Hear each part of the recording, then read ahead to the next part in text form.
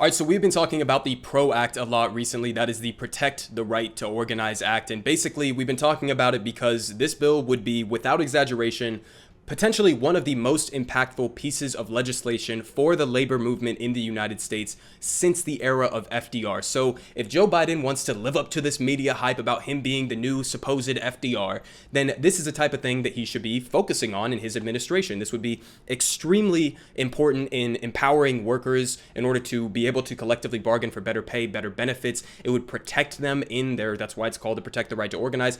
It would protect them in their ability to form these unions. We just had a perfect example with the crackdown on the organizing effort in Bessemer, Alabama by Amazon. Amazon was using aggressive, potentially illegal tactics in that fight. And so this would crack down on some of those things. It would also increase protections for independent contractors or the gig economy, which is expanding as we speak. And this is a really important story for this fight over the PRO Act. We just did another video yesterday about Kyrsten Sinema basically openly admitting her own corruption on this front and saying that she only listens to the business leaders on regards to legislation that she supports. And here's how the unions are fighting back against the three remaining corrupt senators who are in opposition to the PRO Act and it passing. So unions warn Senate Democrats, pass the PRO Act or else. Okay, this is awesome. I absolutely love this. Union leaders told the Senate Democrats campaign arm in a private call Wednesday not to expect them to back lawmakers in upcoming elections unless they coalesce behind the pro-labor Protecting the Right to Organize Act, three sources told Politico.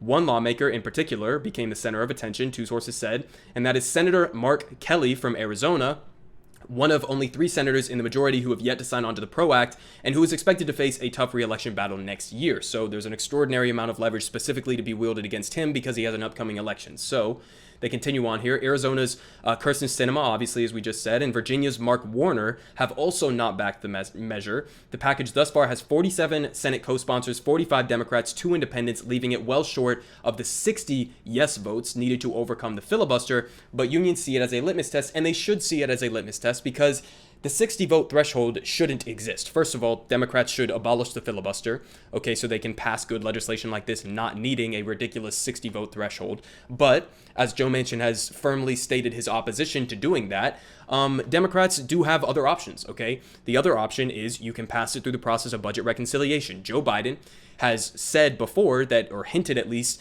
that he is willing to include the PRO Act in this next infrastructure package, which they are going to have to pass through the process of budget reconciliation. So you can pass the PRO Act along with this infrastructure package with only 51 votes. You don't necessarily need the 60 vote threshold. Then what would have to happen is Joe Biden would actually have to put up a little bit of a fight.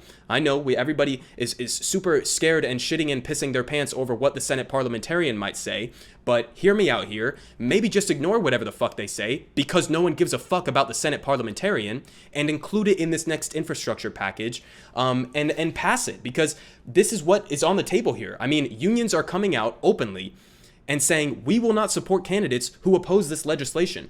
So even if you're just a liberal and your only goal, as it seems with many of the liberals, at least that talk to me, as it seems one of your main goals is just always, well, you need to keep the majority. You need to keep power. You need to have these Democrats who are currently in office be safe. We can't jeopardize that. Well, if you don't want to jeopardize the slim majority that Democrats have in the Senate, do what the unions are saying.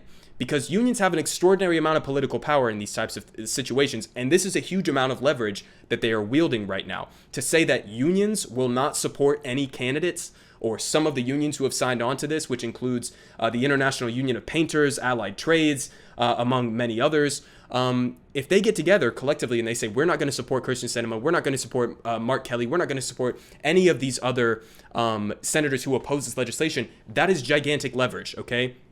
And that's a side of the unions that I never really have been incorporating into my conversations around the PRO Act, but it's something that shouldn't be overlooked, okay?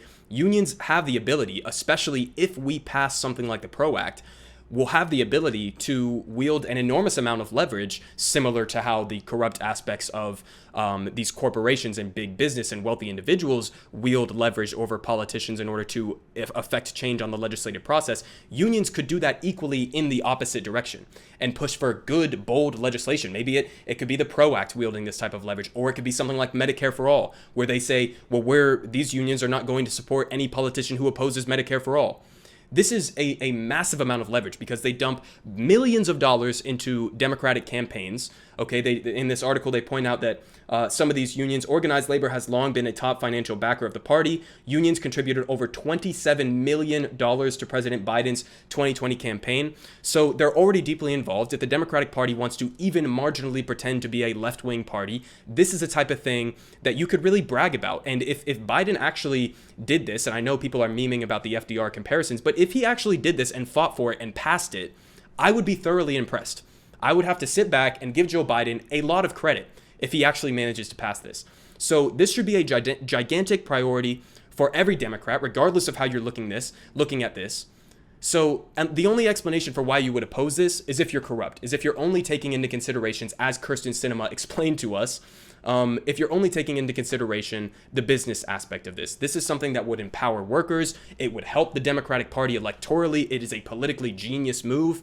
It would also be great for the economy. It would be great in so many ways that I can't even describe.